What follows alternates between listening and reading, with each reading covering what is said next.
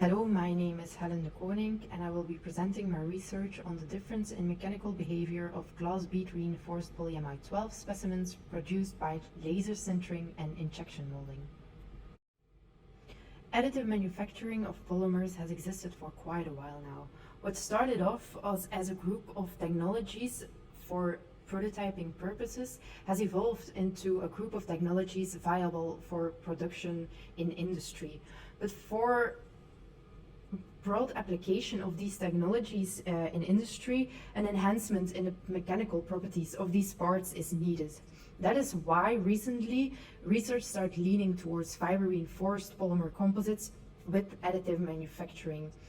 Most research already conducted on these fiber reinforced polymer composites is mainly done with the additive manufacturing technologies fused filament fabrication, laminated object modeling, and stereolithography, and a focus was laid on nano and microscopic carbon reinforcements.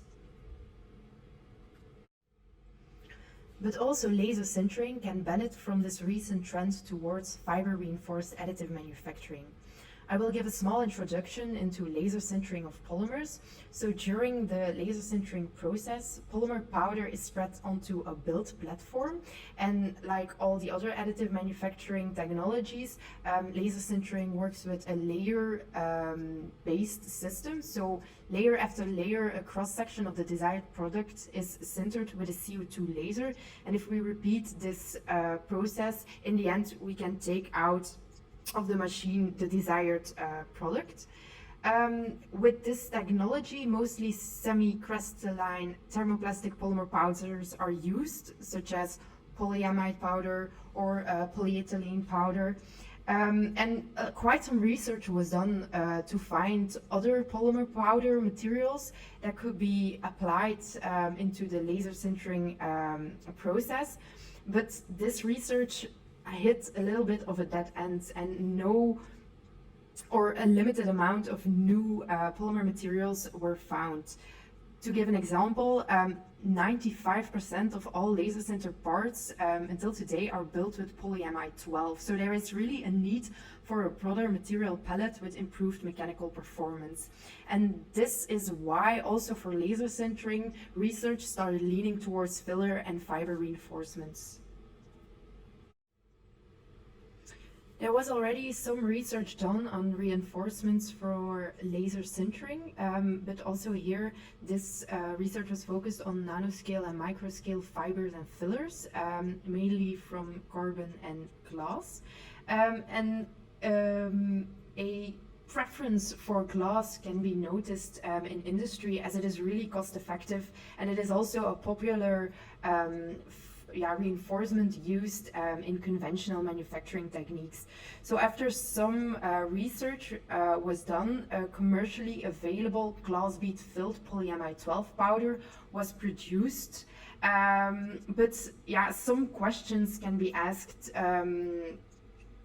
about these glass bead filled polyamide 12 powders, as these beads are shorter than the critical length needed for complete stress transfer, and so needed to have a completely viable composite material. So this is how we come to the motivation why we did the research on reinforced and unreinforced polyamide powders. So after the glass bead filled polyamide powders became available, still quite some information was lacking for broad application in industry. So information was lacking for like a comparison of laser sintered parts with this material and conventionally manufacturing techniques with this material, but also a comparison of the reinforced polyamide powder compared to the unreinforced polyamide powder was needed for laser sintering.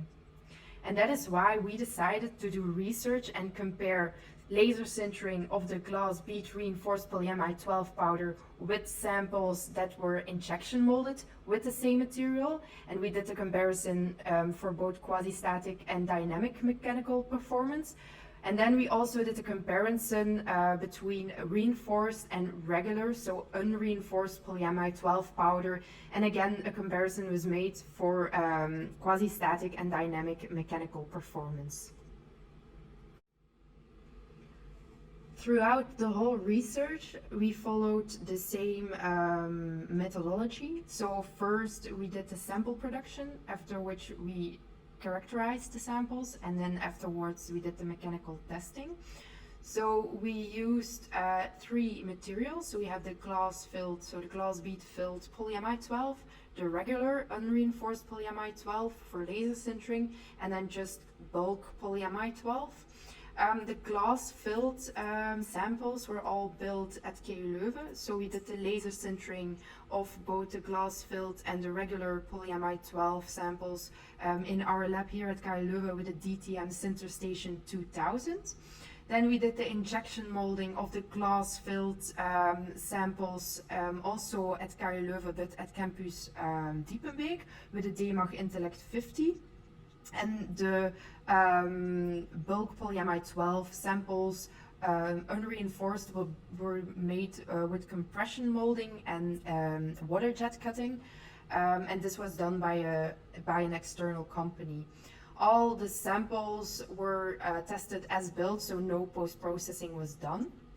For all the samples, different characterizations were done to focus on the thermal influences that all these production processes could have.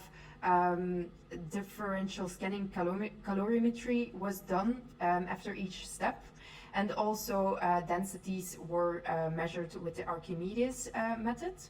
And then afterwards, all these samples were tested. So we did tensile tests with an install machine, and then also dynamic or fatigue testing, also on an install electropulse machine. So all the samples were tested with a sinusoidal tension method, which was load controlled with a loading frequency of 3 Hertz. So after following the laid out methodology of sample production, so for laser sintering, the samples were built in the X and the Z direction, then injection molding and compression molding, sample characterization and mechanical testing. The data could be analyzed, and we have plotted everything in this SN curve to make a profound comparison.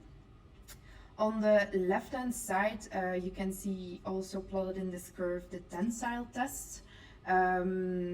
So they are plotted on the left, and then for the rest, the data points of the fatigue test are plotted.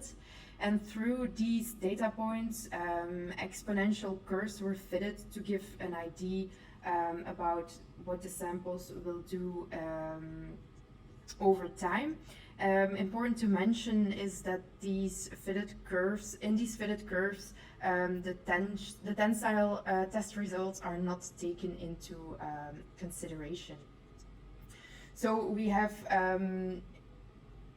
6 data sets. So we have the regular polyamide laser sintered in the X direction, polyamide 12 samples laser sintered in the Z direction, then the compression molded polyamide 12, and then we have the reinforced glass filled samples. So again, laser sintered in the X direction, laser sintered in the Z direction, and the injection molded samples.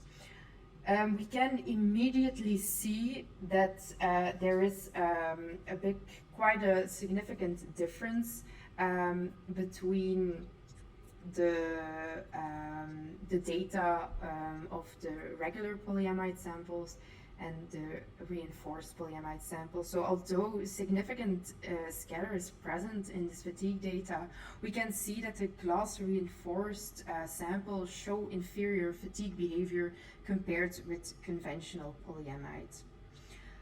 After our characterization of the samples and going into research, a possible explanation for this difference is that these glass beads act during the fatigue testing as crack initiation sites. And so although these glass beads are added to the material to make the material more stiff, so increase the stiffness of the produced parts, and making the parts more strong, they have a negative effect when a cyclic loading is applied to the samples. A second observation, but then now we focus not on the difference between the reinforced and the unreinforced polyamide samples, but really focus on the samples from one material group.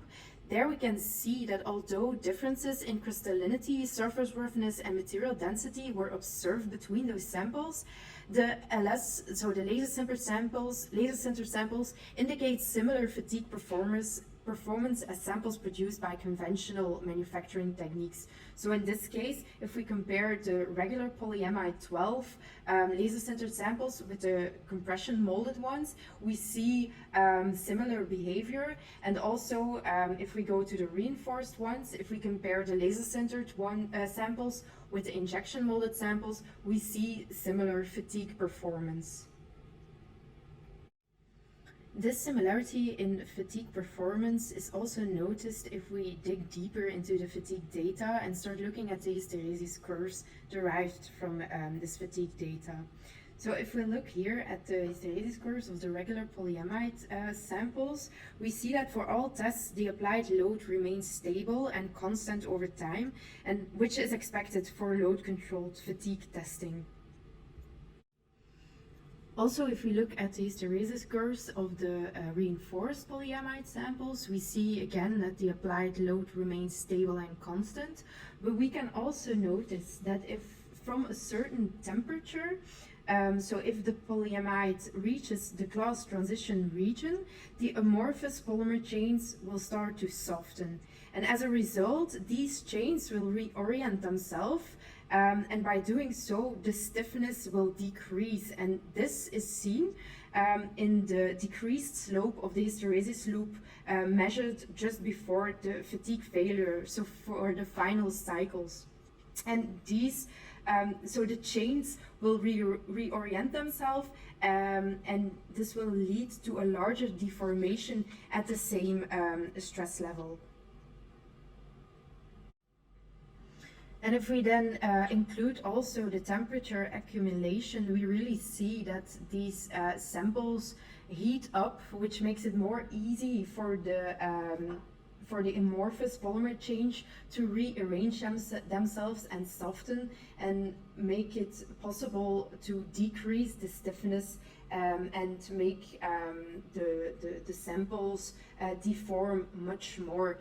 And this is a distinction in the failure mechanism that we can see also in the SN curve. So we really go at the lower cycles from a mechanical deformation with a stiff breakage towards a more thermomechanical effect in which also a thermal deformation takes place after a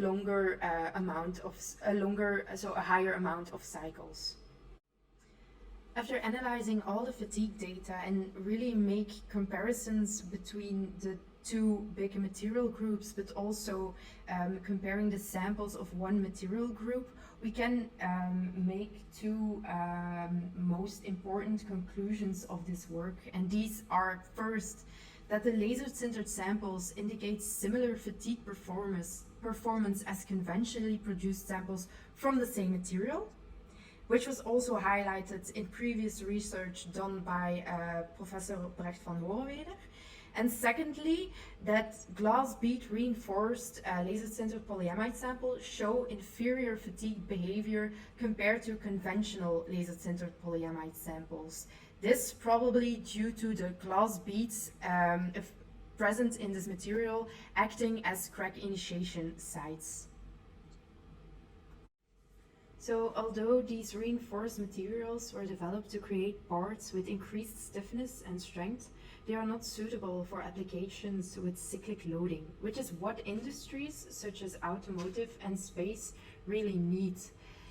To conclude, future research is needed towards these fiber reinforced laser sintering parts where effective stress transfer from the polyamide matrix materials towards the fiber is assured, and also the fatigue behavior of these laser sinter samples could be optimized.